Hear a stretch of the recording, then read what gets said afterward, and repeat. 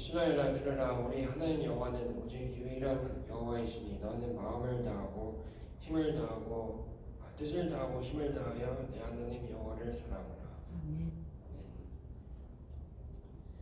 오늘 찬송가 393장 보내겠습니다. 오 신실하신 주 393장입니다.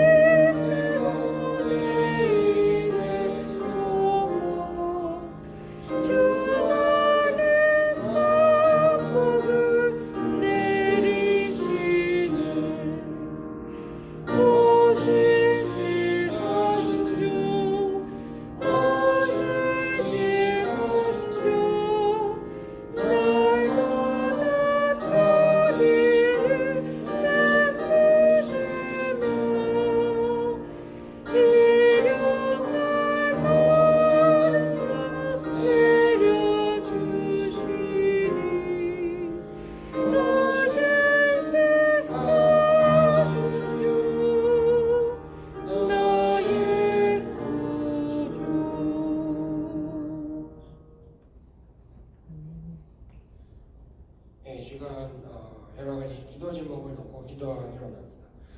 먼저 휴가 나가 계신 목사님 함께해 주시고 남은 휴가 기간 동안 잘 무사히 잘 좋은 시간 보내고 잘 휴식하시고 돌아올 수 있도록 기도해 주시고 교회 부흥과 목회실과 단회 위해서 기도해 주시면 여러 사역들 교육부와 찬양팀, 전도팀들 모든 수고와 모든 사역에 하나님 은혜 주시길 간구하겠습니다. 그리고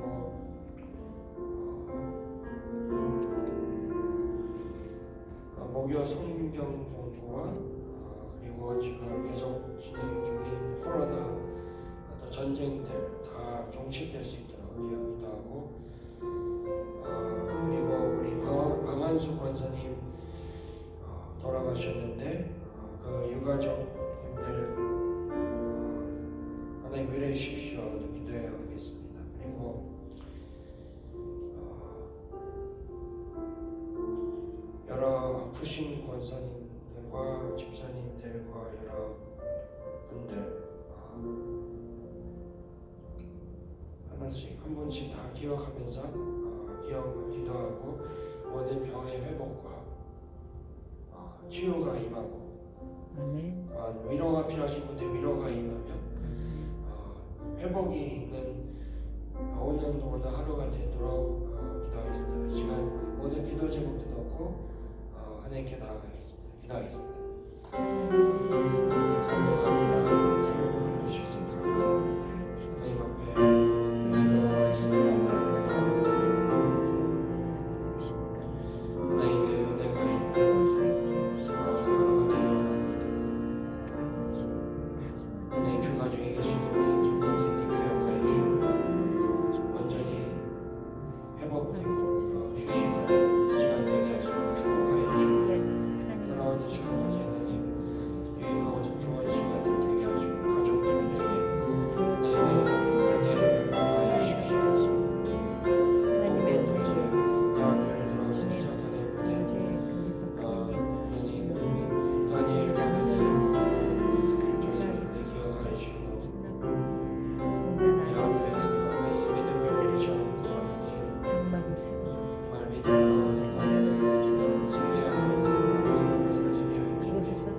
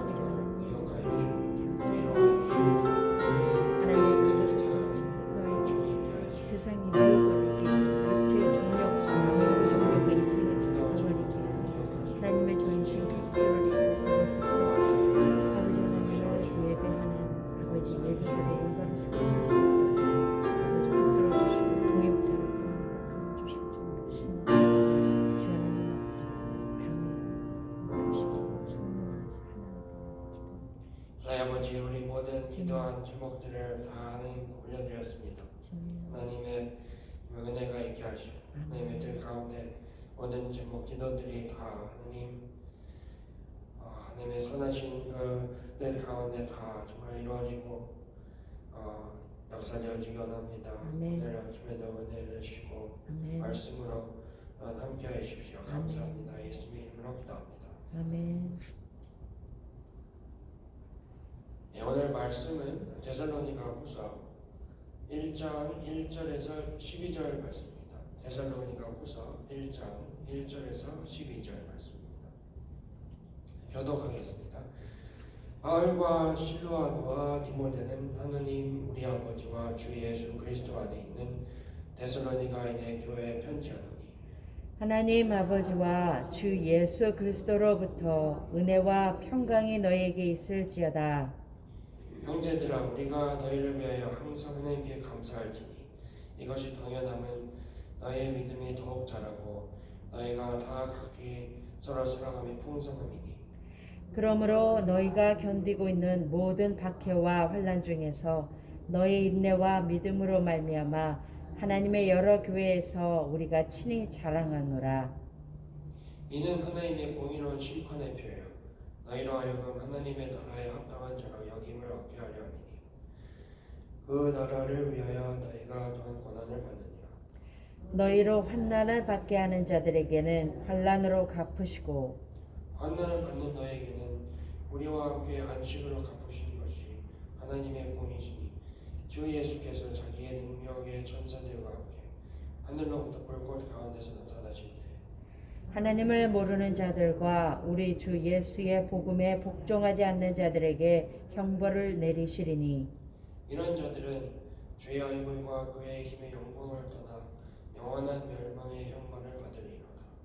그날에 그가 강림하사 그의 성도들에게서 영광을 받으시고 모든 믿는 자들에게서 놀랍게 여김을 얻으시리니 이는 우리의 증거가 너희에게 믿어졌음이라.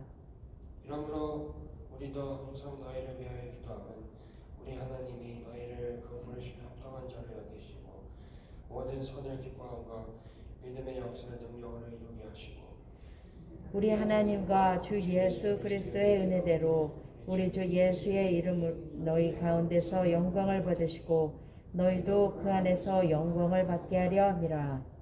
아멘. 오늘 말씀은 이제 바울이 데살로니가 교회에 편지를 하는 내용인데 무엇보다도 그 환난에 대해서 많이 얘기를 하고 있습니다. 핍박과 환난이라는 거를 이제 생각해 보면 아무도 그것을 뭐 좋아서 더 달라고 이렇게 더 핍박을 주십시오 이렇게 기도하는 사람은 없을 겁니다.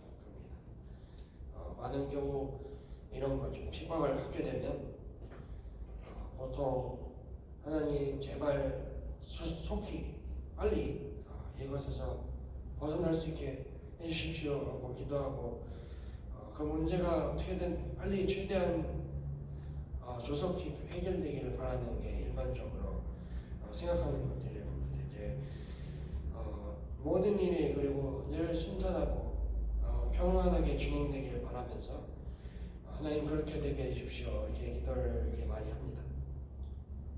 그런데 이제 말씀을 이렇게 보면 우리가 그렇게 익숙한 쉽게 그런 식으로 기도하는 것과는 달리 우리에게 어려움이 있을 수 있고 어려움들 중에는 우리가 물론 스스로 잘못하고 범죄해서 자기 스스로 이제 만들어내는 그런 잘못이 있을 수 있다는 것도 있지만 한편으로는 하나님의 어떤 목적을 위해서 허락하시는 게 있다는 것도 알려주십니다. 예를 들어 삼손 같은 경우는 하나님의 말씀을 알았음에도 불구하고 하나님의 뜻이 무엇임에도 알았지만 이제 그 자신의 어떤 죄와 육신적인 것에 더 앞서서 하나님의 뜻을 어기고 결국 들릴라한테 이제 인해서 그 힘을 뺏기게 되죠. 수많은 성경에 나오는 사람들 생각해 보면 그렇습니다. 이제 자기가 스스로 잘못해서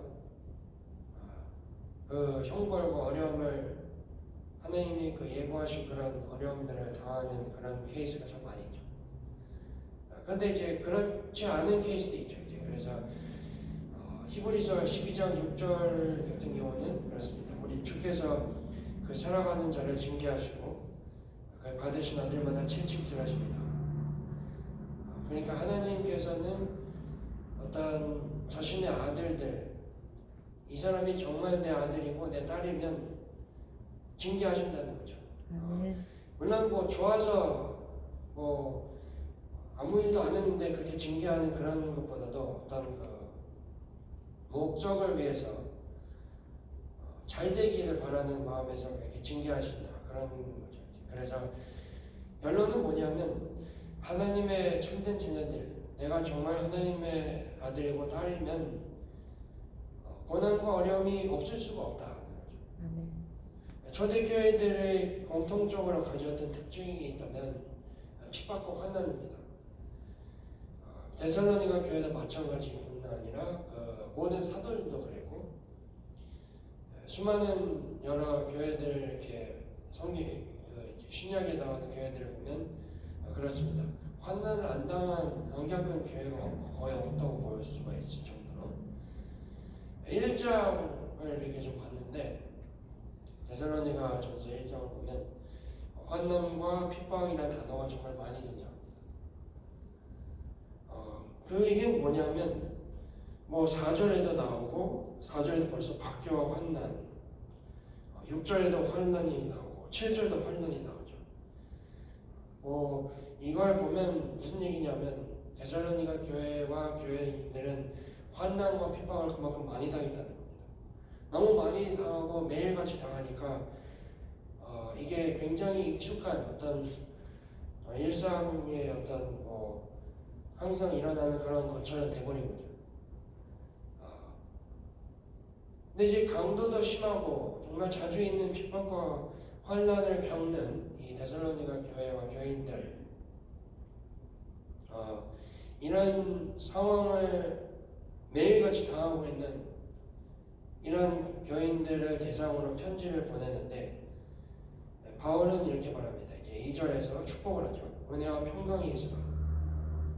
그리고 3절, 4절에는 너희들을 인해서 이렇게 힘들지만 믿음을 지키는 너희들을 인해서 내가 다른 교회들에 너희들 자랑한다 이렇게 말합니다.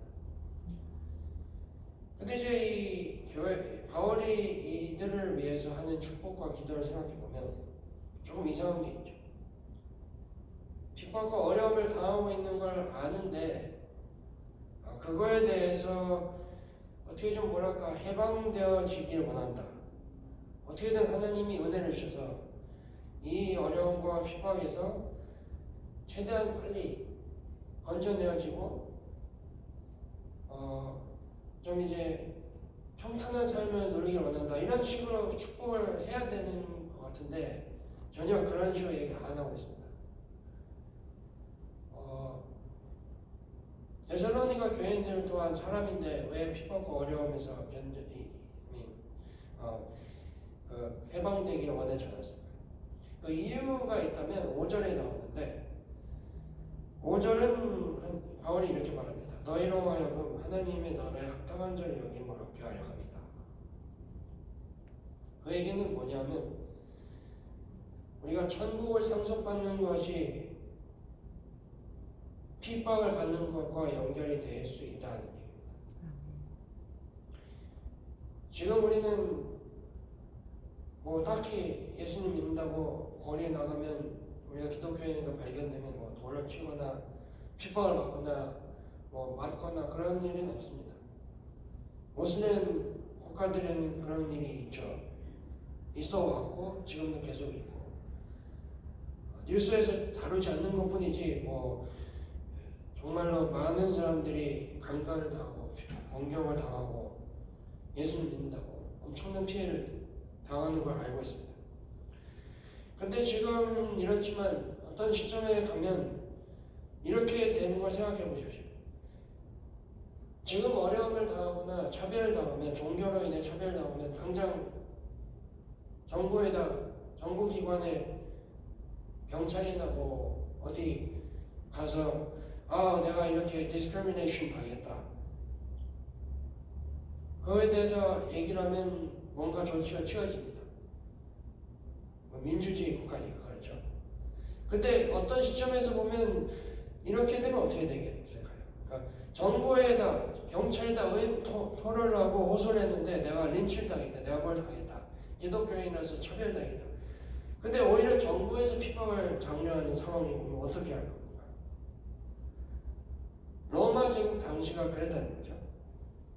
정부 차원에서 기독교인들을 핍박하고 살 수 없게 만드니까 기독교인들이 너무 힘들어서 카타콤 밑으로 지하로 도망간 겁니다. 그게 너무 심하니까 도저히 지상에서 살 수가 없는 상황이 되니까 지하로 내려가는 거죠. 지하교회들이 생깁니다. 지금 북한에도 중국에도 지하교회들이 있는 걸 알고 있는데 그 이유가 왜냐하면 정부에서 피벌을 하니까 그런 거죠. 정말 어려울 것이 분명합니다. 우리 미국에 사는 미국이 지금은 그렇겠지만 이제 조만간 어떻게 될지 모르는데 정부에서 핍박이 들어가기 시작하면 우리가 과연 어떻게 될까? 어떤 식으로 우리가 신앙을 지키려고나 할까 그런 생각도 들기도 합니다. 잠깐 간단하게 부인하고 좀 평탄한 삶을 살다가 좀 괜찮아지면 이제 내가 다시 기독교에 있다고 이렇게 그럴 수는 없는 거죠. 근데 핍박과 고난과 어려움이 우리에게 닥쳐오면 근데 이 바울이 말하는 걸 보면 그렇습니다. 고난과 핍박이야말로 우리의 믿음을 증명하고 부르심에 합당한 줄 여김을 얻게 한다. 이렇게 말하고 있습니다. 그것은 고난이 왜 우리에게 오는지, 하나님이 왜 우리에게 고난을 허락하시는지, 그것은 우리가 하나님의 나라에 합당한 자로 여기지 얻게 하기 위함이다. 그것을 아는 것은, 그리고 고난을 견뎌내고 이겨내는 것은 바로 지금은 힘들고 어렵고 견디기 정말 힘들지만 그것을 이겨낸다면 시작은 미약하였으나 끝은 창대하다. 그 말씀과 동일하다는 거죠. 커다란 하나님의 영광이 이겨내는 사람에게 주어진다. 저는 이 말씀을 보면서 기억났던 게 그겁니다. 계시록에 하나님께서 말씀하신 여러 개 중에 뭐가 있냐면 죽도록 충성하라. 그러면 내가 생명의 면류관을 주리라. 죽도록 충성 안 하면 안 주신다는 얘기죠. 그러니까 거기서 보면 죽도록 충성을 해야 하는 상황이 무엇인가? 고난과 고통이 있으니까 너무 힘드니까 그것이 필요하다는 거죠. 죽도록 충성을 해야 할 정도의 믿음이 필요하다는 겁니다. 그렇지만 그런 어려움이 있을 거니까 그것에 대해서 대비하고 준비하라. 이런 정도로 끝나는 게 아니죠. 하나님의 공의도 있다는 거죠. 오늘 말씀이 또 그것을 가르쳐주고 있죠. 6절에서 보면 환난을 받게 하는 자들에게 환난으로 갚으신다. 환난을 받는 너에게는 안식으로 갚으신다. 곧 하나님의 백성을 박해하고 환난을 얻게 하는 사람들에게 하나님이 과연 그냥 넘어가실 것인가? 안 그러신다는 겁니다. 그들이 그대로 동일하게 환난으로 갚으신다. 그리고 환난을 통과하는 백성에게는 환난을 통과하였기 때문에 안식으로 갚으신다. 그게 뭐냐? 하나님의 공이다. 우리가 어떠한 상황과 어떠한 핍박을 당할 수 있습니다. 그렇지만 이것을 안다면 더 이상 걱정할 게 없죠. 왜냐? 우리가 믿음으로 인해 어떠한 불이익을 당한다 해도 핍박과 어려움이 와도 장기적으로 보면 손해보는 게 없다는 겁니다. 하나님께서 다 보고 계시고 하나님의 시간에 하나님의 방법으로 다 갚으실 것이다. 그 약속을 오늘 바울이 상기시켜주고 있는 것입니다. 곧 우리에게는 감사밖에 있을 수 없다. 지금 우리에게 물론 핍박이 없고 그런 일이 없겠지만 그렇다고 삶이 평탄한 건 아닙니다. 여러 가지 개인적인 어려움이 있을 수 있고 실제로 존재하고 삶이 힘들 수 있습니다. 일이 뭔가 좀 잘 안 풀릴 수가 있고 내가 열심히 기도하는데 열심히 간고 열심히 살고 있는데 뭔가 좀 안 되는 것 같아. 이런 생각이 들 수 있습니다. 그러나 오늘 기억할 것은 그렇습니다. 어려움과 고난이 오고 힘든 상황이 내가 지금 살아가는 그 상황 가운데 내가 기억해야 할 것은 이 어려움을 인해 불평불만하는 게 아니라 왜 이러십니까? 하나님 그렇게 말하는 게 아니라 하나님 이걸로 인해 나의 믿음이 더 성장할 수 있게 하셔서 감사합니다. 아멘. 아니 더 나아가서 이걸로 인해서 그냥 어떻게든 넘어가는 게 아니라 이 어려움을 통해 내 믿음이 더 성장하게 해주세요. 이렇게 기도하는 거죠. 참고 견디는 자에게는 천국의 소망이 있다. 아멘. 오늘 그런 믿음을 가지고 소망을 다시 한번 기억하고 아멘. 기도와 말씀을 통해 승리하며 살아가는 모두가 되시길 축복합니다. 아멘. 기도하겠습니다. 하나님 감사합니다. 오늘 말씀을 통해서 바울의 그 말씀을 통해 하나님 우리에게 깨닫게 하시니 감사합니다.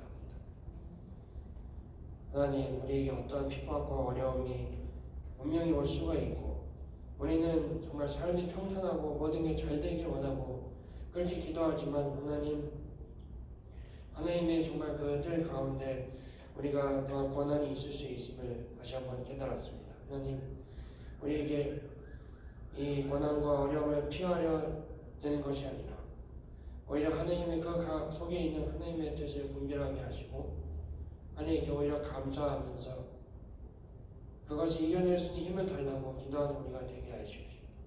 하나님 모든 어려움과 모든 일들 가운데 하나님 믿음을 더하시고 그 믿음으로 승리하는 오늘 하루 되게 하십시오. 감사합니다. 예수님의 이름으로 기도합니다.